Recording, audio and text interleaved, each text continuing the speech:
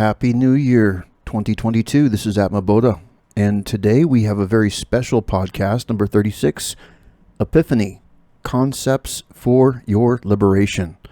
By the way, we starting the new year with a bang. That's a new intro by B.M. Miller called Welcome to the Playground. I believe this podcast has some very important and yet controversial insights. Judging by some of the responses on Reddit, some people were very triggered, to say the least, by some of the statements that I'm going to read to you, starting now.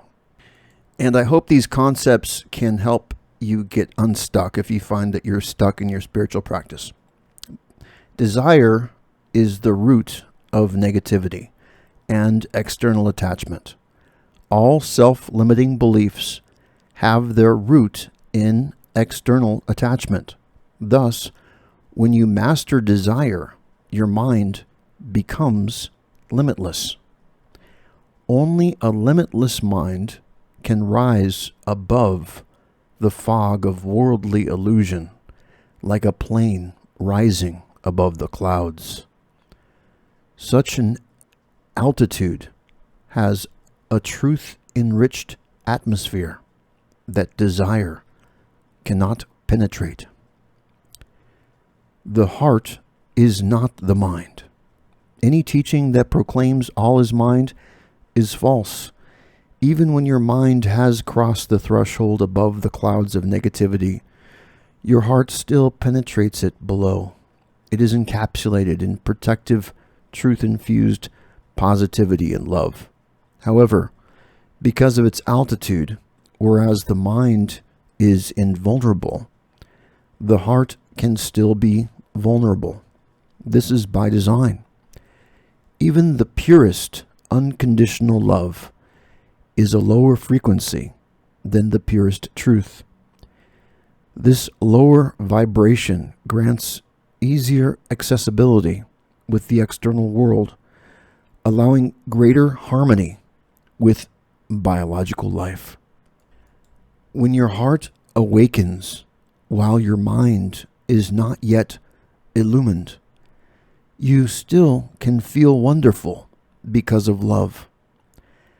However, because your mind is still constrained, you begin to blame the cause of many of your problems on ego. Ego is just limited mind. In an attempt to escape the limited mind, some methods advocate for, quote, ego death, unquote, rather than freeing the mind from its limitations. This, quote, ego death, unquote, or disassociation from the mind, means that you are still below the threshold of higher truth. So, from the mind's perspective, life is lacking direction or higher purpose. In its confusion, concepts can begin to lack distinction, and there can be a feeling that all is one.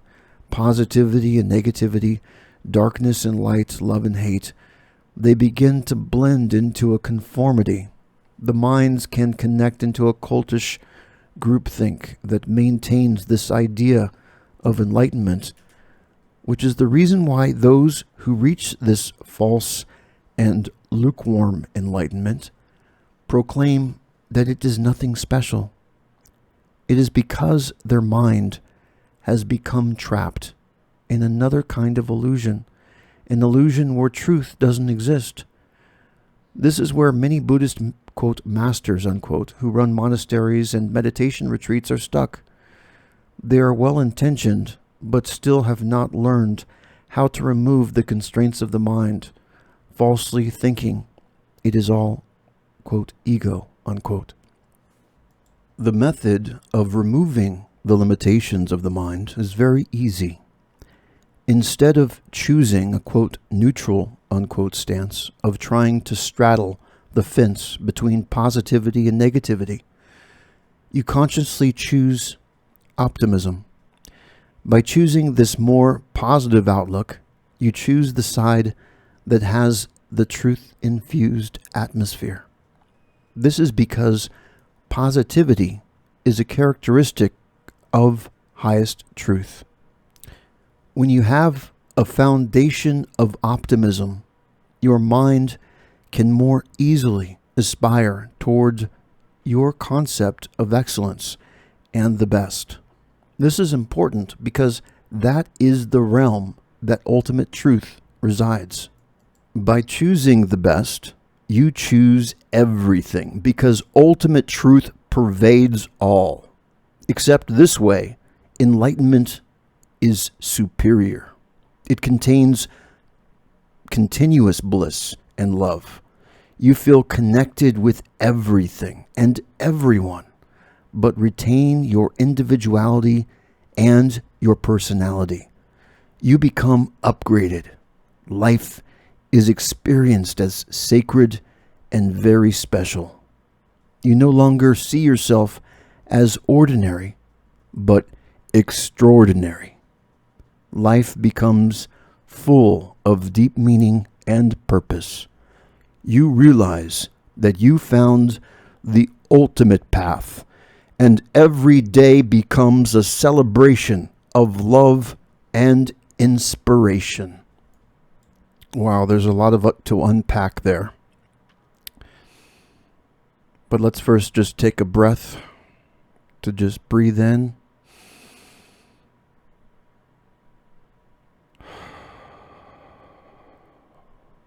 Taking that pause between breaths.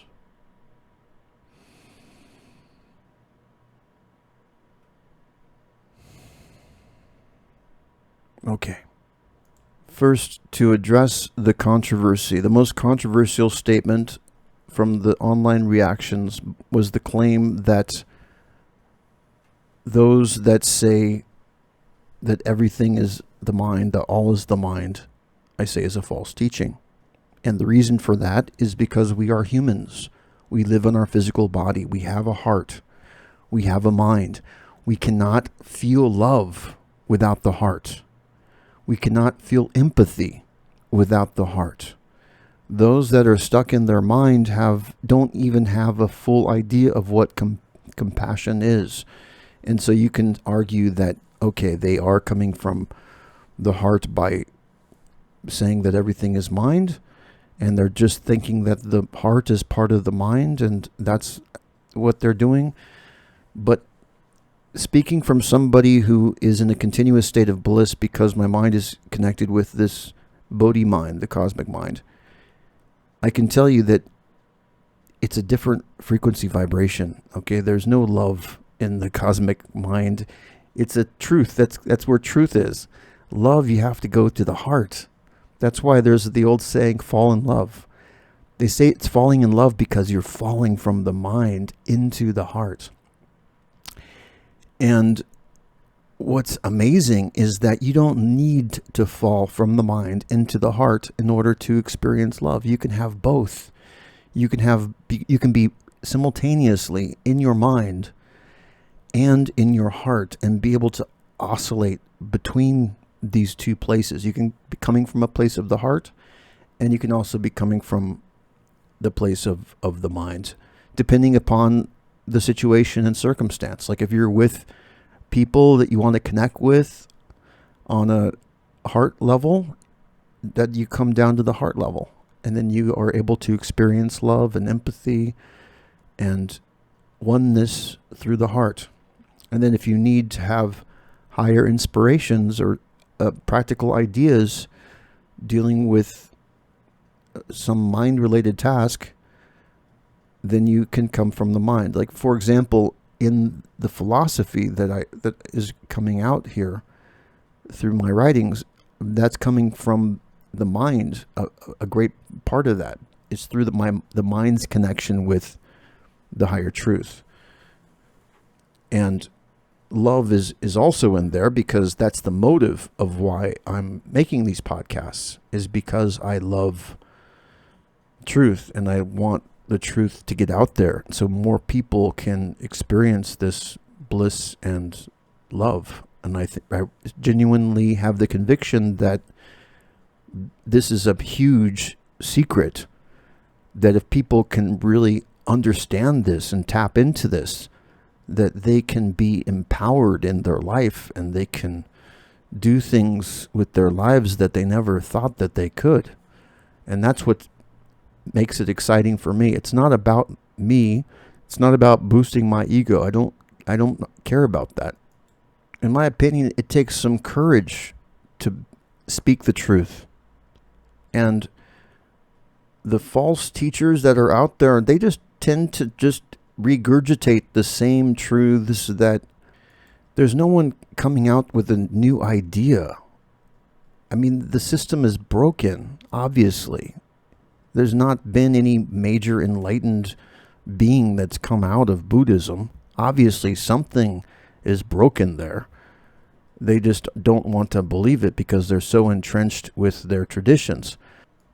But I respect all traditions, and if somebody wants to come from that place and live that lifestyle and not have a more empowered reality that has a continuous state of bliss and love in your life, of course, I'm all about free will. I mean, some people online are trying to claim that I'm trying to force people to think a different way. And no, that's not what I'm about at all. I'm about freedom of will. I love diversity, and the ultimate diversity is the individual.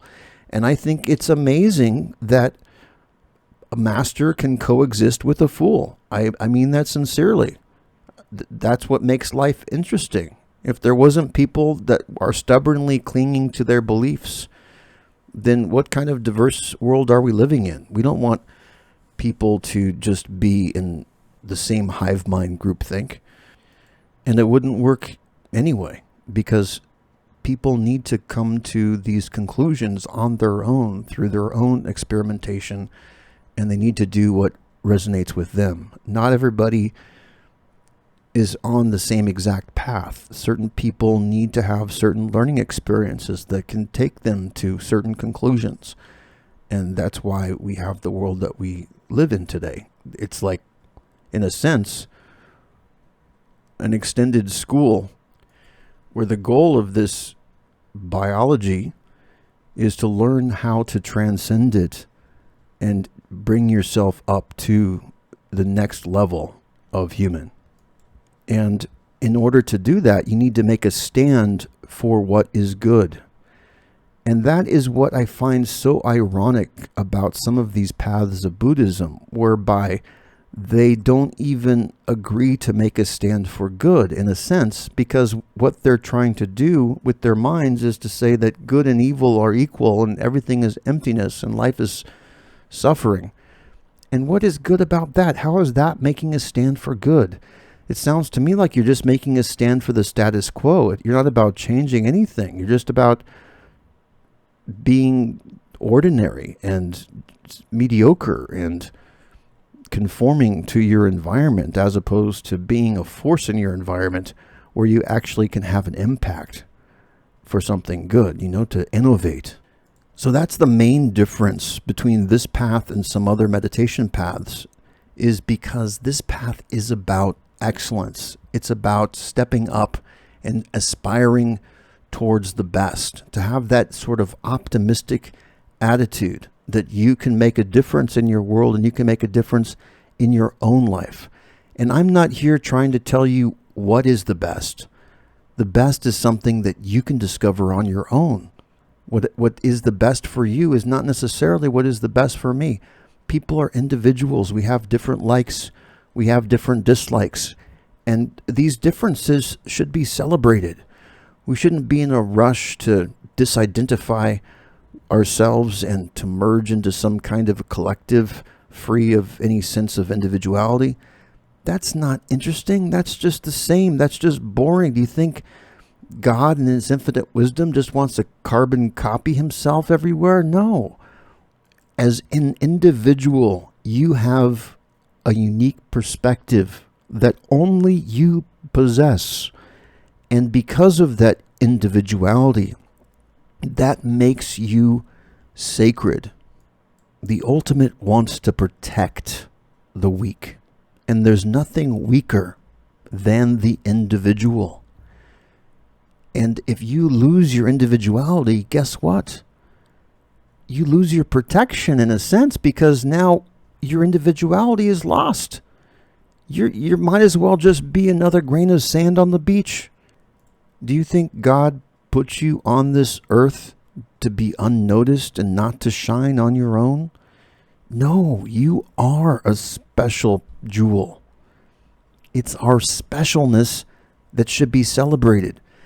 And this is why I just dislike this philosophy where nobody is special, that we should just recognize how insignificant we are because God is great and we are nothing. No, that is not what God wants. God wants you to stand up and shine and be the precious, priceless jewel that you are. There are those that want to take that individuality away from you. They want you to be disempowered. They want you to be stuck. They don't want you to have a voice. But that's not what you were born to be. You were not born to just be a passive player, unless that's really what you want to be. I had a realization the other day that there are those that want to be weak. And the rationale for that is because it's a valid spiritual path. God protects the weak and the oppressed. So from that perspective, it's a very safe path. You just choose to be weak again and again and again. And you're taken care of. It's, I guess, a bit ingenious in a way because it's kind of, you don't need to do much. You can I'll just be weak and that's it. And you're taken care of by God. But is that really what you want to be though? Because you have the opportunity to be something more. The higher truth doesn't want you to be weak. It wants you to blossom, to be uniquely you, to contribute something into this world, to make it a better place, to make a stand for righteousness and oppose corruption. We live in a world where there is a lot of corruption. And right now, that corruption seems to be standing relatively unopposed. Wouldn't it be great if we had people of principle in political power, those that represent virtues of love and empathy, and actually put the people first and not their pockets? That's going to be possible in the future, but it's only through people like you standing up and making a difference. And that starts by moving from a place of neutrality to a place of making a stand, to be positive, to be optimistic, to have love in your heart, to strive that every day is better than yesterday, to feel more love today than you did yesterday, to be happier today than you did yesterday, and aspire to feel that inspiration of the one living truth that is there guiding us, protecting us, and making sure that we are on the winning side of the beginning of the new era that we find ourselves in.